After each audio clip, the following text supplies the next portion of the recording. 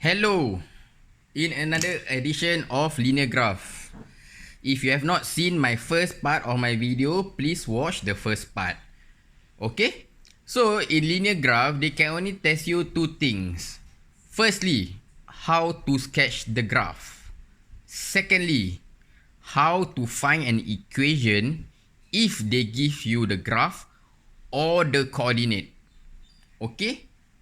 In exams, they will either give you a graph like this and ask you to find the equation, or they will just give you this equation. If they give you this equation, you must be able to sketch out this graph and roughly know how it looks like. That's the first step. That's why I keep emphasizing you need to know how to sketch out the graph. So, how to find an equation from this graph? Firstly, in all linear graph, a straight line graph, it all starts with one equation. Okay? And the equation is y is equals to mx plus c. Recap, m being the gradient and c being the y-intercept. So, before we start, the first thing you need to do when you're doing a linear graph is to find the m. Okay, find the m, find the gradient. Okay.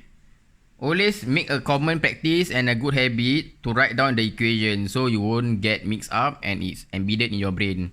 Firstly, find the gradient. What is the formula of gradient? M is equals to y2 minus y1 over x2 minus x1. Okay, 2 and 1, 2 and 1. You can either choose this set of coordinates to be 2 or 1. 2 or 1. Okay, if the x is 2, the y must be 2. It cannot be x2 y1. Cannot. If x2 y2, x1 y1. Okay, be consistent. So now, when you have this, what you need to do is just plug in the number y2. I take this as y2. y2 is the same as 3. Minus y1 will be minus 2. 3 minus minus 2. Over x2 is 4, right? Minus minus 5. 3 minus minus 2 will get you 5. 4 minus minus 5 will get you 9. So I'll get 5 over 9. Okay, the next thing you do is always write back the equation. So you know your m, right? So you get y is equals to 5 over 9 x plus c. Half of the job done. Second thing that you need to find out is the y-intercept. The c. Okay, how do I find the c? It's even easier. What you need to do is to choose one set of coordinate. If you choose this, or you can choose this. Easy. Okay, and after you choose the set of coordinate, you just sub in the y and x value. Sub in only. So now I choose this one. The y I get as 3, right? Is equals to, see, I follow 5 over 9, follow. Multiply by x. X is 4, right? Then I plus c. Notice that there's only one unknown. When there's one unknown, you can find it, right? So c is equals to 5 over 9 times 4, I'll get 20 over 9. 3 minus 20 over 9, I'll get... Hold on.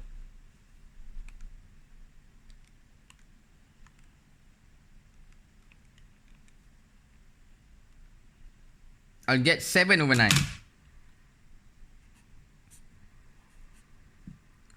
Okay? Now you have the M, you have the C. What you do? You compile it together. So your final answer will be y is equals to 5 over 9 x plus 7/9. Easy as that. Now you check. The y-intercept is 7/9, a positive value. Look, the graph. The y-intercept, is it a positive value? It is a positive value, right? Because it's above at the positive region. So your answer is correct. Look at the graph. Is it going upwards? Yes, right? So it's positive gradient. So you are right. If let's say you get a negative value, means you have done something wrong here somewhere. So that's why it's very important to know how your graph look like and to check where you go wrong. Okay? For people who have done math so many times, they know if I get a negative value, okay, some of my numbers here is wrong. If you follow my step, you won't go wrong. Okay, before I end this part of the lesson, there's one trick that they can give in exam. What if they draw the curve, the line like this, and give you the coordinate 3 minus 7. Let's say 3 minus 7 is here. So how do I find the equation of the line? Okay, always look.